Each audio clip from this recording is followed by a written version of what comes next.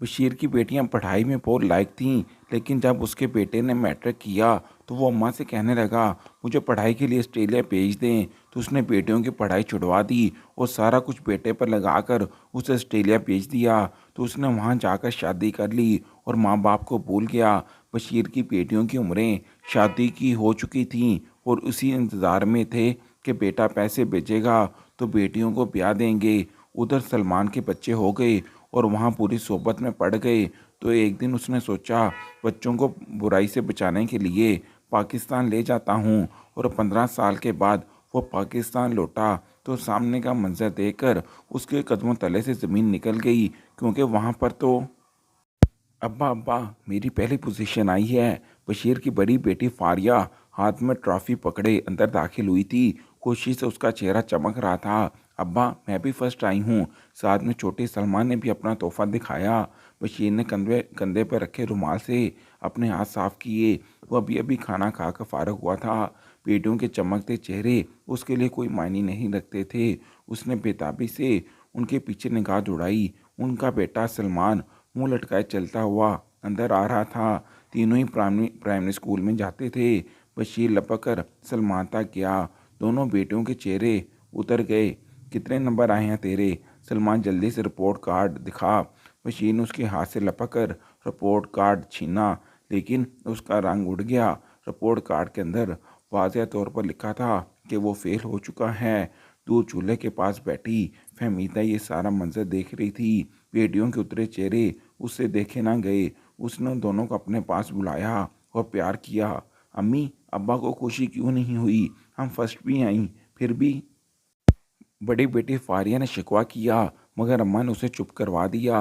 बशीर अब सलमान को उठाकर उसे लाड कर रहा था और चीज़ दिलाने के लिए घर से बाहर लेकर जा रहा था। सलमान बड़ा था, जबकि फारिया और सलमा उससे एक एक साल छोटी थी। रात को बशीर सोने के लिए लेटा तो फहमीदा उसके पास चली आई।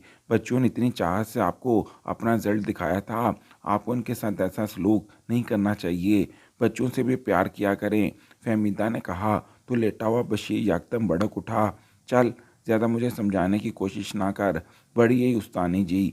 इन लड़कियों की तलीम पर रुपया पैसा लगाना सिर्फ तेरी ख्वाहिश है, वरना मैं तो उन्हें पढ़ाना भी नहीं चाहता।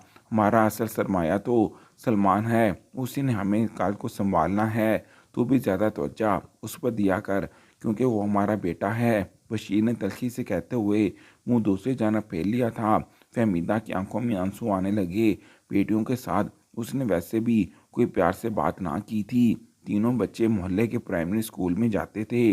अगले दिन ही स्कूल से इन दोनों का बुलावा आ गया। बशीर मजदूरी पर जाने के लिए तैयार था जब सलमान दौड़ता हुआ घर वापस आया। अब्बा आपको हमारी मैडम बुला रही हैं। बशीर ने घड़ी में वक़्त देखा, मगर चूंकि सलमान बुलाने आया था वो इनकार नहीं कर सकता था। चल फहमीदा पता करके आए क्या कह रही हैं उसकी मैडम। बशीर बाहर निकला तो फहमीदा भी चादर ओढ़कर उसके पीछे आ गई। वो स्कूल जा पहुँचे।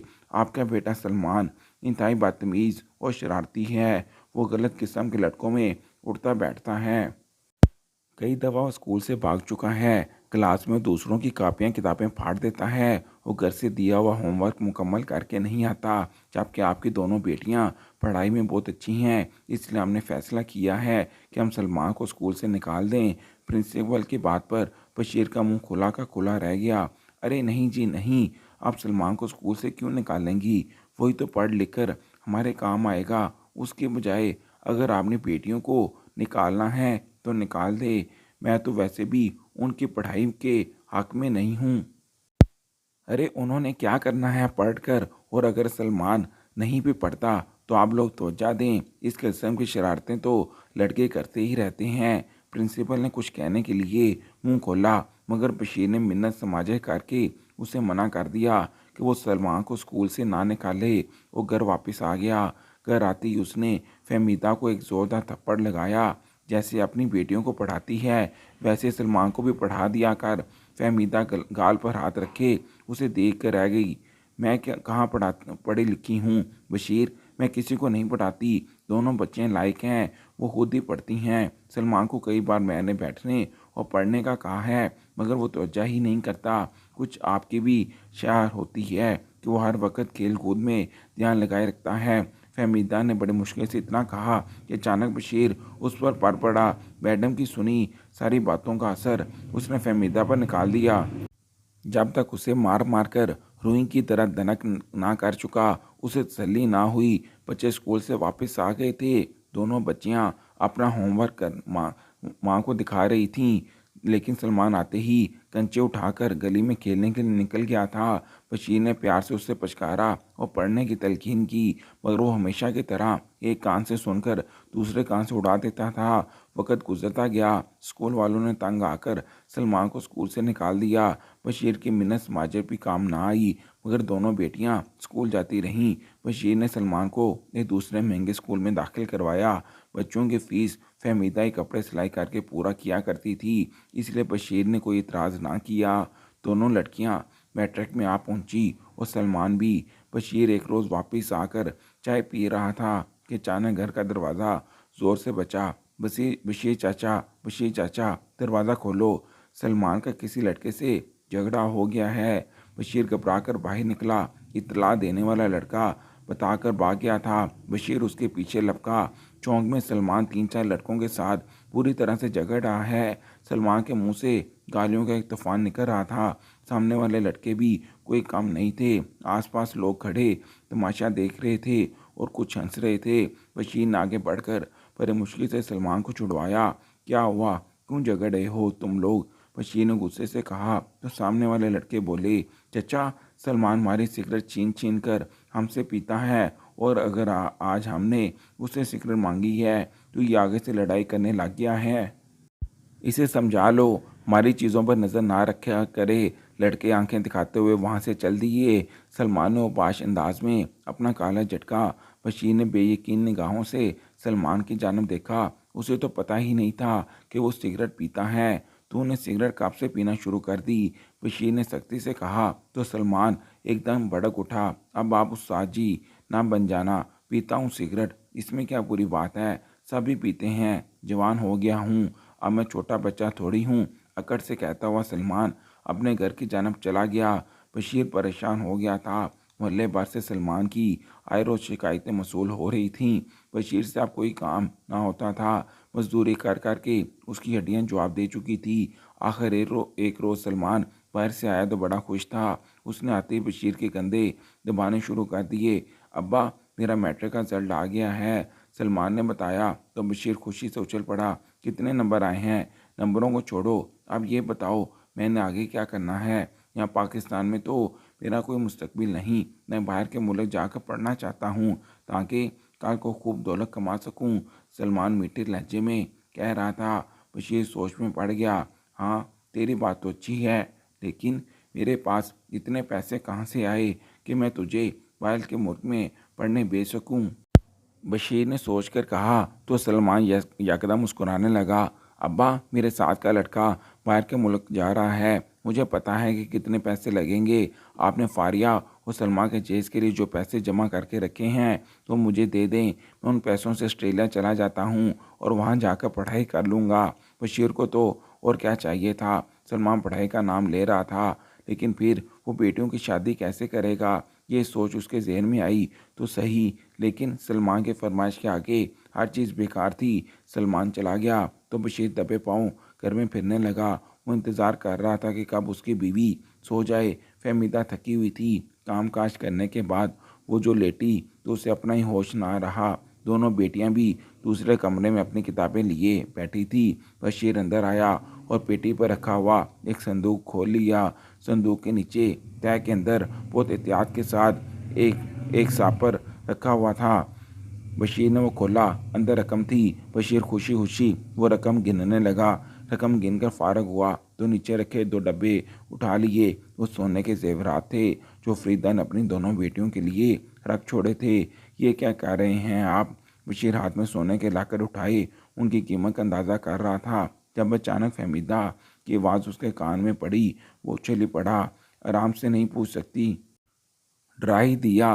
बशीर ने खुद को संभालते हुए कहा, मैं पूछ रही हूँ, आप रात के इस पहर क्या कर रहे हैं? बच्चों का सोना निकाल कर फहमीदा ने परेशानी से पूछा तो बशीर ने जल्दी से जेवरात दोबारा डब्बे के अंदर डाले। उस यहाँ शापर में मौजूद एक बड़ी रकम और दोनों डब्बे लेकर चारपाई पर आ बैठा।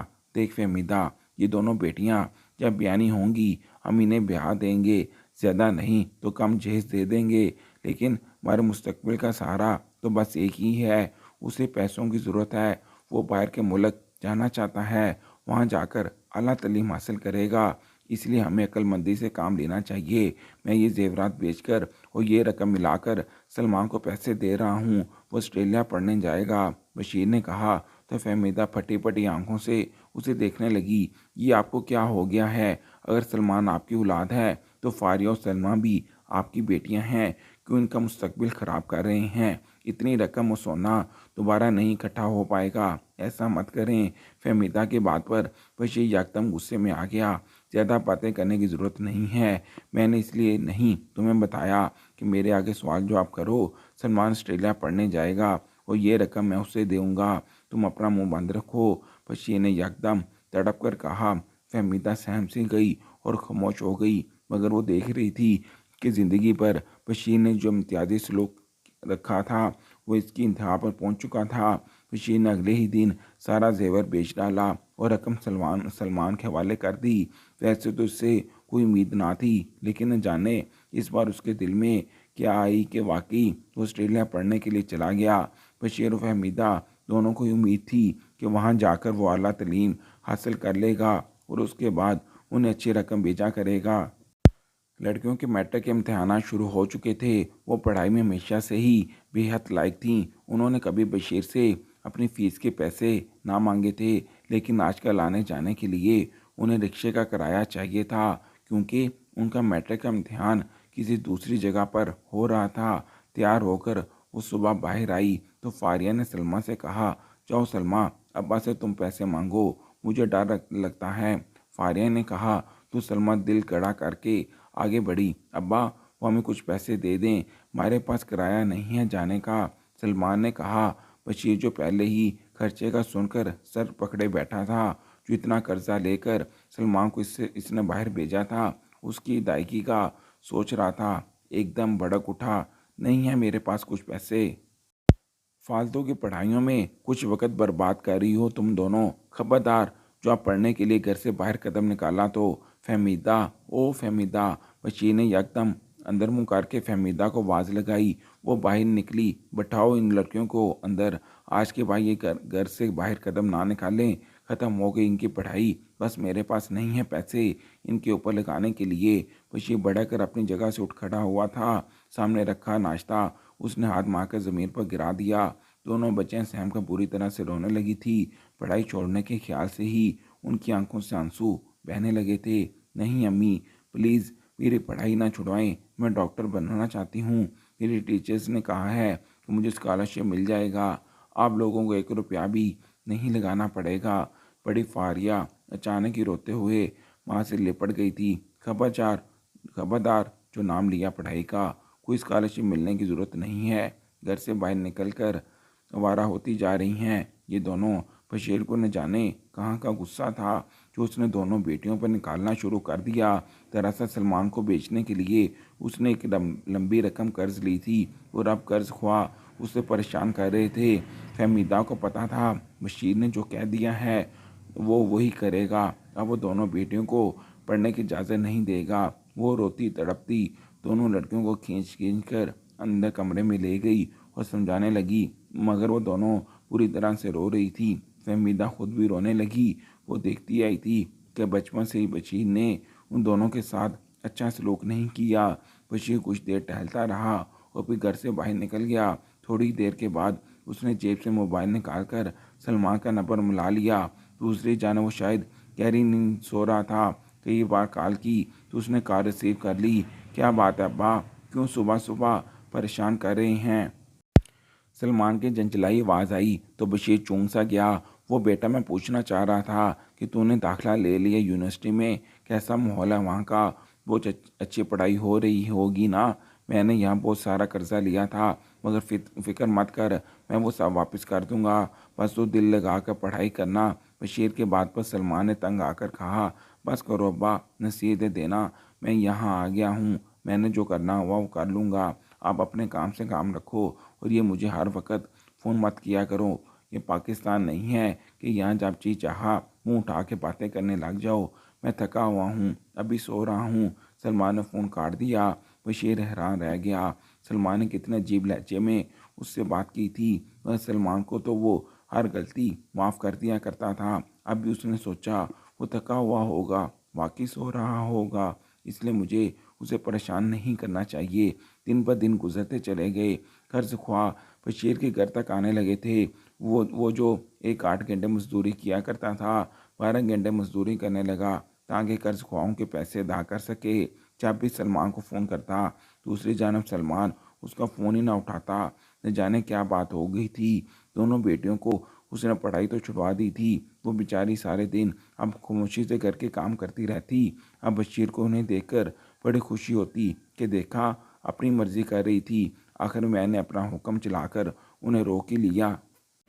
दूसरी जानब सलमान जिस दोस्त के तवज्जो से ऑस्ट्रेलिया गया था, वहां जाकर उसे पता चला कि वो तो खुद वहां एक डिपार्टमेंट स्टोर में काम करता है। पढ़ाई तो वहां की महंगी थी। सलमान के पास पैसे तो थे, वो चाहता तो पढ़ सकता था, लेकिन उसके काम चोर फितरत हमेशा की तरह उसके आड़े आ गई। और यहाँ की पढ़ाई तो वैसे भी बेहद मुश्किल थी। इसने यूनिवर्सिटी और कॉलेजों के चक्कर लगाए और फर अंग्रेज़ी बोलते लड़के लड़कियों को देखकर काम कर रह गया। उससे तो दो लफ्ज़ अंग्रेज़ी के बाद बात ही ख़त्म हो जाती थी। दोस्त के मकान पर ही वो रहा करता था। 5-6 दिन गुजरे तो उसने ऑस्ट्रेलिया में घूमना फिरना शुरू कर दिया। उसे बड़ा मज़ा आने लगा। ये तो कुछ जन्नत जैसी जगह थी। पाकिस्तान से बिल्कुल मुख्तलिफ। जेब में रखी रकम को वो रफ्ता रफ्ता उड़ाने लगा। खाने पीने पर, याशों में, दोस्तों के साथ यहाँ आकर उसे पता चला कि यहाँ तो लड़के लड़कियों के आज़ाद ना मिलने पर कोई कैद नहीं। वो रोज़ाना क्लब जाने लगा। बशीर फ़ोन करता तो सलमान खूब तंग होता। अब्बा को भी पता नहीं क्या मुसीबत है, खुद तो पढ़ा नहीं, अब मेरे पीछे पड़ गए हैं कि पढ़ लो पढ़ लो। वो फ़ोन काट देता। उसने बशीर का फ़ोन उठाना ही छोड़ दिया था। 3 महीनों में गुजरते गए और महीने सालों में 2 साल गुजर गए। सलमान के पास रखा हुआ बशीर का सारा पैसा ख़त्म हो चुका था। अब सही मानों में उसे फ़िक्र होने लगी थी। पीछे घर वालों को तो यही लग रहा था कि वो यहाँ पर तालीम हासिल कर रहा है। इसी परेशानी में वो एक क्लब में बैठा था जब एक 45 साल औरत लहराती हुई उसके पास आई। उसने मुख्तसर लिबास पहन रखा था। डार्लिंग, यहाँ क्यों बैठे हो? तुम एशियाई लगते हो, क्या तुम्हारा ताल्लुक इंडिया से है? उस औरत ने नशे में झूमते हुए पूछा था। सलमान अब इन चीज़ों का आदी हो गया था। उसने नफ़ी में सर हिलाया। नहीं, मैं पाकिस्तानी हूँ और मेरे पास पैसे ख़त्म हो गए हैं, इसलिए परेशान हूँ। सलमान की बात के जवाब में वो औरत यकदम ज़ोरदार कहका लगाकर हंसी पड़ी। सलमान ने हैरत से उसे देखा। ये तुम पाकिस्तानी लोग सारी उम्र पैसे के पीछे भागते हो क्या? अब क्या करोगे? यहाँ ऑस्ट्रेलिया में तो बगैर पैसे के एक दिन गुजारा नहीं किया जा सकता। तुम्हें अपने मकान का किराया देना होगा, हर महीने के लिए राशन खरीदना होगा, अपने कार्ड्स की अदायगी करनी होगी। बहुत कुछ है जिसके लिए पैसा ज़रूरी होता है, वरना ये हुकूमत तुम्हें धक्के मारकर ऑस्ट्रेलिया से बाहर निकाल देगी। वो चस्के लेने वाले अंदाज में कह रही थी। उसने हाथ में मशरूब का गिलास पकड़ लिया था। सलमान परेशान हो गया, उठकर जाने लगा, लेकिन तभी औरत ने हाथ बढ़ाकर उसे अपने बराबर में बिठा लिया। सलमान खूबरू था और 19 साल का एक जवान लड़का था। औरत के इशारे मानी खेज होने लगे। तुम एक काम करो, मुझसे शादी कर लो। दरअसल मेरा एक बॉयफ्रेंड था, वो मुझे छोड़कर भाग गया है। मैं बहुत परेशान हूँ क्योंकि मैं उसके पीछे बच्चे की माँ बनने वाली हूँ। अब मैं नहीं चाहती कि मैं अपने बच्चे को लेकर अकेले पालूँ। मैं सेटल होना चाहती हूँ, मेरी उम्र हो गई है, मैं शादी करना चाहती हूँ ताकि मेरे बच्चों को दुनिया में एक बाप का प्यार मिले। क्या तुम मुझसे शादी करोगे? अगर ऐसा है तो मैं तुम्हारे सारे अखराजात उठाऊँगी। तुम मेरे घर में भी रह सकोगे और मेरी दुकान पर काम करके पैसे भी कमा लिया करना। औरत की बात पर सलमान ने एक झटके से उसकी जानब देखा। उसे कराहत से महसूस हुई। वो खुलेआम अपने नाजायज़ ताल्लुकात का एतराफ़ कर रही थी। बुद्धि सी मोटी सी औरत सलमान से उम्र में 2 गुना बड़ी थी, लेकिन उसकी अफर को तो पुरकशिश थी। सलमान की जेब में फूटी कौड़ी तक ना थी। उसने आज सुबह भी कुछ नहीं खाया था। घर फ़ोन करके वो बशीर से पैसे मंगवा नहीं सकता था, क्योंकि अरसा हुआ उसने तो घर फ़ोन करना तो बल्कि उनका फ़ोन रिसीव करना ही छोड़ दिया था। ठीक है, मुझे तुम्हारी ऑफ़र मंजूर है। सलमान ने ठंडी सांस ली। औरत के चेहरे पर खुशी बिखर गई थी। याद रखना, मैं मुसलमान नहीं हूँ, औरत ने मज़े से कहा। सलमान को इससे कोई फ़र्क भी नहीं पड़ता था। वो तो बस चाहता था कि उसकी ज़रूरतें पूरी हो जाएं। और औरत ने कोर्ट में जाकर सलमान के साथ शादी कर ली। सलमान खुश था। वो वही सब कुछ करता रहता जो पहले करता था, लेकिन अब उसे एक रहाइश भी मिल गई थी और वो दुकान में काम करने भी जाने लगा। उस औरत ने रफ्ता रफ्ता सलमान को मुकम्मल तौर पर अपने काबू में कर लिया था। उसका बच्चा पैदा हुआ। सलमान ने उसका नाम अहमद रखा। औरत ने लड़ना चाहा, लेकिन सलमान ने कहा कि वो अपने बच्चों को मुसलमान बनाएगा। वो औरत खामोश हो गई। वैसे भी उसे नाम के मज़हब से क्या फ़र्क पड़ता था। वक़्त गुजरता रहा। पाकिस्तान में मौजूद बशीर की दोनों बेटियां जवान हो चुकी थी। उनकी उम्र की सारी लड़कियां ही तकरीबन ब्याही जा चुकी थीं, मगर बशीर के पास उन्हें ब्याने के लिए एक धेला तक ना था। जो रिश्ता आता वो जहेज़ की डिमांड करता। बशीर खामोश हो जाता, क्योंकि जहेज़ के पैसे तो वो पहले ही सलमान को दे चुका था। वो तंग होने लगा। घर के लगाए लड़ाई झगड़ों में मज़ीद इजाफा होने लगा।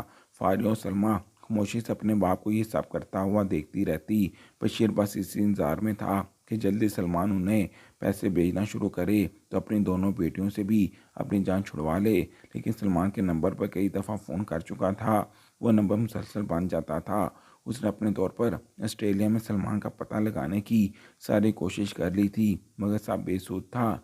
सलमान का कोई अता पता ना था। बस इंतज़ार में ही उसके दिन कट रहे थे। वो ये नहीं जानता था कि दूसरी जानब मौजूद सलमान तो अपने बच्चे पालने की फ़िक्र में अधमरा हुआ जा रहा था।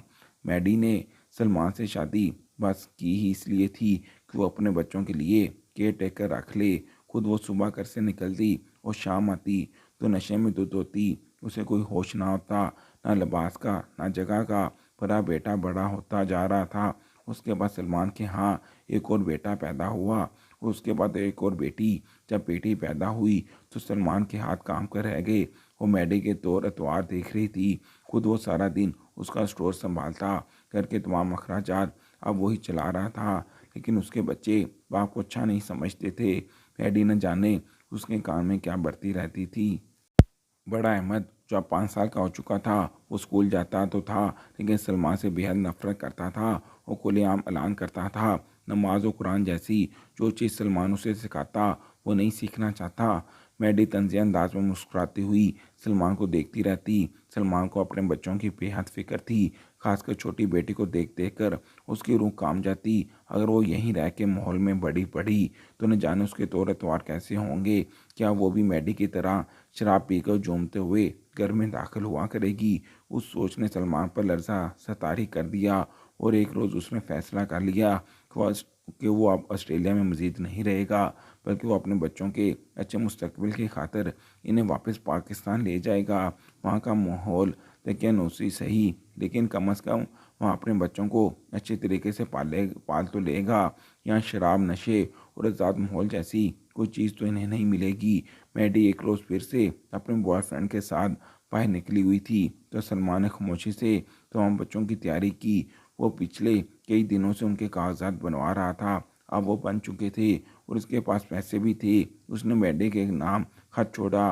वो जानता था कि उसको ज़रा भी परवाह नहीं होगी कि सलमान बच्चे लेकर कहाँ चला गया है, क्योंकि उसे बच्चों के नाम से तो चिढ़ होती थी। वो समझती थी कि ये उसकी ज़ादी की राह में रुकावट हैं। सलमान ने तीनों बच्चों को अपने साथ लिया और पाकिस्तान जाने वाले प्रवास में सवार हो गया। जब वो पाकिस्तान की सरजमीन पर पहुंचा तो उसकी आंखों में आंसू आ गए। जब वो यहाँ से गया था तो एक नौजवान लड़का था और अब वो 27 साल का एक मर्द बन चुका था। 3 छोटे छोटे बच्चे उसके साथ थे। वो शर्मिंदा था। पिछले कई बरसों में उसने बशीर से रब्ता नहीं किया था। वो जानता था कि शायद उसके घर में फाके हो रहे होंगे, बहनों की शादियाँ नहीं हुई होंगी, क्योंकि पैसे तो वो लेकर भाग गया था। वो मरे मरे कदमों से चलता हुआ बशीर के घर पहुंचा। उसने दरवाज़ा खटखटाया। वो हैरान हो रहा था। घर की हालत तो वो सीधा होनी चाहिए थी, मगर सामने शानदार दरवाज़ा लगा हुआ था। बाजार देखने में भी घर साफ सुथरा और अच्छा लग रहा था। अंदर से किसी औरत की आवाज़ आई और उसने दरवाज़ा खोल दिया। वो कोई अनजान औरत थी। बशीर हैरान होता हुआ अंदर दाखिल हुआ और जैसे उसके कदम किसी ने ज़मीन में जकड़ लिए हों, अंदर का तो मंजर ही तब्दील हो चुका था। घर का आधा हिस्सा तकसीम करके एक सिलाई सेंटर में बदल चुका था। वहाँ जवान लड़कियाँ और औरतें मुख्तलिफ मशीनों के ऊपर सिलाइयाँ सीख रही थी। एक रास्ता लगा हुआ था, दूसरे हिस्से में फहमीदा घूम रही थी। सबके लिबास और तौर एतबार बदल चुके थे। खुशहाली घर के दरो दीवार से टपक रही थी।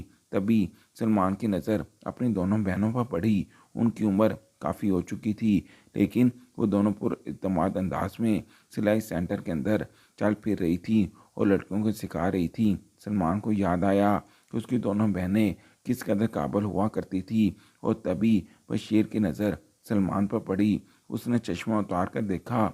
हाँ, वाकई वो सलमान ही था। बशीर लपक कर सलमान तक आया। सलमान ने शर्मिंदगी से अपना सर झुका लिया। बशीर ने उसे गले लगाया। दोनों बहनें और फहमीदा भी उसके पास आ चुकी थी। सभी रो रहे थे।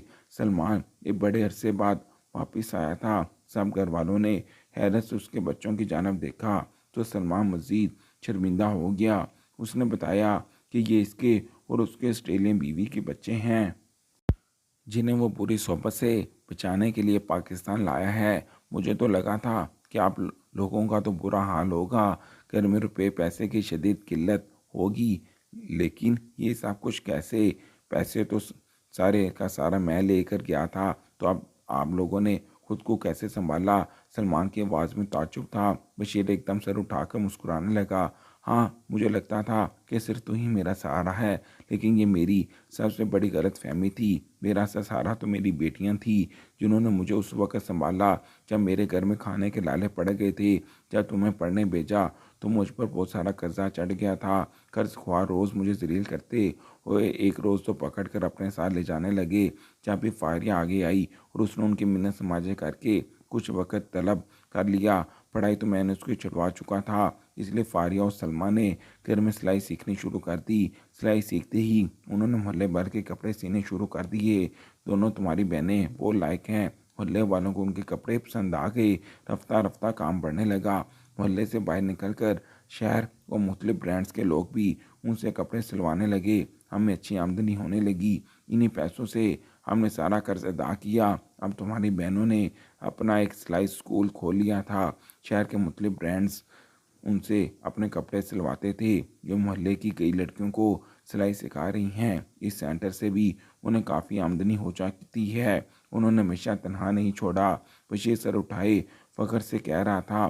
फारिया और सलमा भी मुस्कुराते हुए एक दूसरे को देख रही थी। आज पहली दफ़ा बाप ने उनकी तारीफ भी की थी। उनका सर फ़ख्र से बुलंद हुआ जा रहा था। सलमान शर्मिंदा सा हो गया था। मुझे माफ़ कर दीजिए बा, मैंने तो यहाँ से जाकर एक ऑस्ट्रेलियाई औरत से रुपए पैसे के लालच में शादी कर ली थी। ये तीनों बच्चे उसी में से हैं। वो ज़ात ख्याल औरत है। मैं सिर्फ इन बच्चों को यहाँ इसलिए लेकर आया ताकि इन्हें पूरी सोबत से बचा सकूँ। सलमान शर्मिंदगी से कह रहा था। बशीर ने आगे बढ़कर उसे गले लगा लिया। कोई बात नहीं, जिस तरह फारिया और सलमा मेरी औलाद हैं, तू भी मेरा खून है। अगर गलती करके लौट आया है तो हम तुझे धक्का नहीं देंगे। सलमान के दिल में सुकून सा उतरने लगा। ये घराना में खुशहाल और मुतमिन था। बशीर को भी पता चल चुका था कि जिन बेटियों को वो बोझ समझता था, दरअसल वो बोझ नहीं बल्कि इसका सबसे बड़ा सहारा थी।